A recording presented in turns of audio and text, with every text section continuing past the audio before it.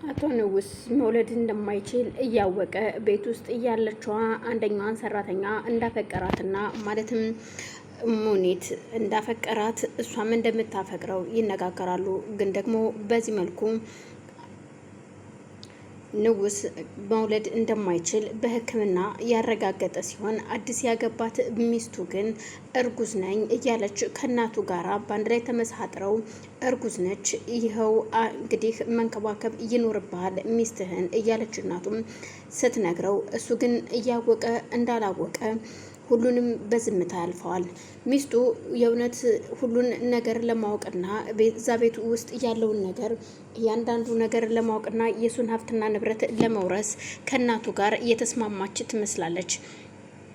እናም ዘይኔት የምትባል እያሳደገችው ሰራተኛው ሞግዚቱ ስትሆን እሱ ግን የሚያያትና የሚያስባት እንደ ሁለተኛ እናቱ ነው። እሷን ቤት ውስጥ ማባረር እንዳለባት ታስባለች ሚስቱ ያሰበችውም። ምክንያቱም እንደፈለገች የምንም ነገር ማድረግ ስለማትችል እሷን ካባረረቻት ዘይኔት እዛ ቤት ከወጣች ግን የፈለገችውን ነገር ማድረግና ማግኘት እንደምትችል ስታስብ በምንም ብዬ እችን ሴት ከዚህ ቤት አስወጥቼ ወደ ሀገሯ መመለስ ይኖርብኛል ብላ ታስባለች።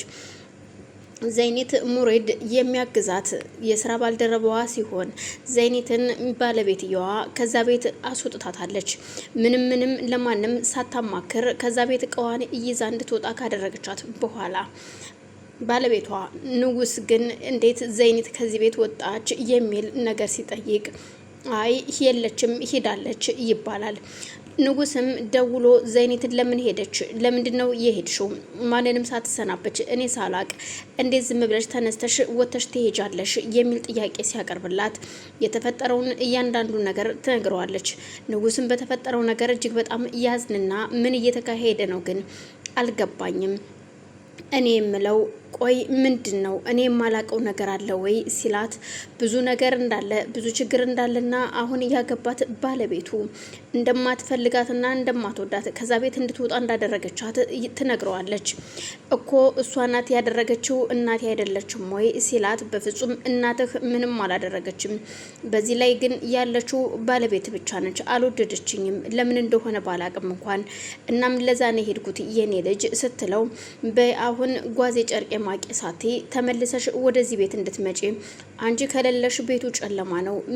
ምንም ነገር ማንኛውም ሰው መሄድ የሚችለው ከዚህ ቤት መውጣት የሚችለው ሁላችንም ተሰባስበን ተነጋግረን ተመካክረንበት እንጂ በአንድ ሰው ውሳኔ የሚሆን ነገር የለም ይላታል።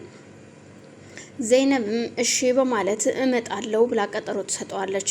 ሚስቱ እጅግ ደስ ብሏት እያለ ባለቤቷ እንደተኛ እንቅልፍ በወሰደው ሰዓት ነበር ተነስታ እሷ ሳጥኖችን ስትፈትሽ የቤት ካርታ እንዲሁም ሌሎች ዶክሜንቶችን ትፈልጋለች። የፈለገቻቸውን ዶክሜንቶች ቁም ሳጥን መሳቢያ ውስጥ ስባ አውጥታ አይታ በደስታ እየፈነጠዘች እያለ ድንገት የቤት ውስጥ ሰራተኛ የሆነው ሙሬድ የመኝታ ቤት በር አካባቢ አለፍ ሲል ያያታል። መጨረሻውን ለማየት ቆም ብሎ እያያት ስለነበረ አሃ እቺ ሴትዮ የሆነ ነገር እንደምታደርጊ እያየው ነው።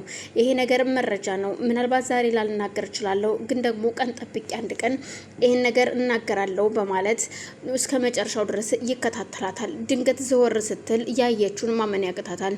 ቆይ አንተ ምን እያደረክ ነበር? በማለት ዶክሜንቱን መሳቢያ ውስጥ ከታሳጥኑን ከዘጋች በኋላ ቆይ ምን ፈልገ ነው? ለምንድን ነው እዚህ መጥተህ የቆምከው? ምን ልታረግ መጣህ መኝታ ቤት በር ድረስ ስትለው አይ እኔ የማይመጣውትኝ መብራት ላጠፋፋ ነው። ያው ከመተኛቴ በፊት መብራት ላጥፋ ብዬ ነዋ።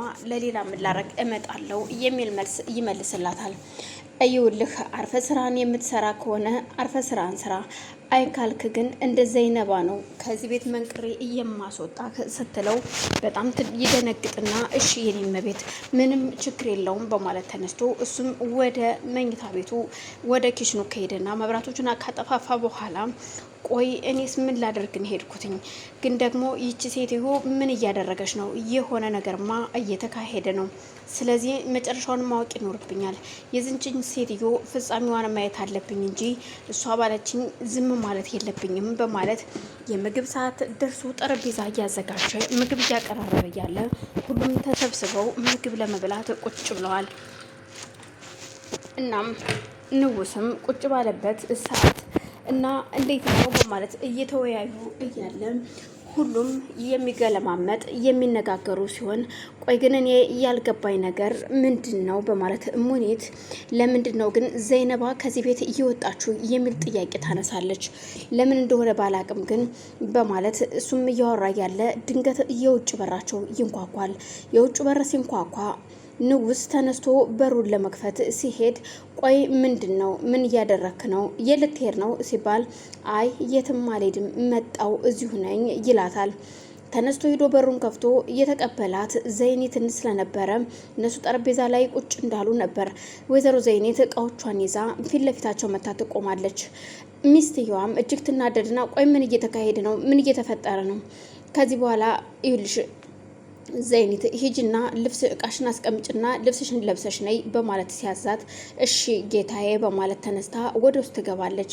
ሁሉም ጠረጴዛ ላይ ቁጭ ያሉ ሰዎች ግን ቆይ ምንድን እየተካሄደ ነው ሲሉ ሲጠይቁት ከዚህ በኋላ ማንም ሰው ተነስቶ ማንኛውንም ሰው የማባረር መብት የለውም። ሁሉም ተነጋግሮ በጠረጴዛ ዙሪያ ተወያይቶ እንጂ ማንኛውም ሰው በፈለገው ተነስቶ አንድን ሰው ማስወጣትም ሆነ መሸኘት አይችልም። ሁላችሁም ከዚህ በኋላ ምንም አይነት ወሬ አልፈልግም በማለት ተናግሮ ወደ መኝታ ቤት ይሄዳል። ባለቤቱም ተከትላው ወደ መኝታ ቤት ሄድና ቆይ ምን እየተካሄደ ነው? ልጅ ጸባይሽን ብታሳምሪ ይሻልሻል። ያንቺ ጸባይ ነው በራስሽ ጸባይ ነው ይሄ ሁሉ ነገር የሆነው ለምን መለስካት የሚለውን ጥያቄ ስታነሳበት ልጅ ጸባይሽን አስተካኪ፣ አንቺ ከመጣሽ በኋላ ብዙ ነገሮች እየተበላሹ ነው። ስለዚህ ጸባይሽን አስተካኪና ከሁሉም ሰው ጋር ሰላም ፈጥረሽ ተስማምተሽ መኖር ምቺ ከሆነ ተስማምተሽ ኑሪ። እኔ እኮ እርጉዝ ነኝ። ዘይኒት ደግሞ የምጠይቃትና የምፈልገውን ነገር አታደርግልኝም፣ አትታዘዘኝም፣ አታከብረኝም፣ ትንቀኛለች፣ ትሰድበኛለች በማለት ስትናገረው በዛ ላይ ልጅህን በሆዴ ይሻለው በማለት ስትናገረው እሱም ያልተዋጠለት ሲሆን ቆይ ምን ሆነሽ ነው? ምንድን ነው እሱ? ጸባይሽን ካሳመርሽ ሁሉም ሰው ያቀርብሻል፣ ግን ጸባይሽን አስተካኪ በማለት ተናግሯት ትቷት ወጥቶ ሲሄድ ነበረ። ሁሉም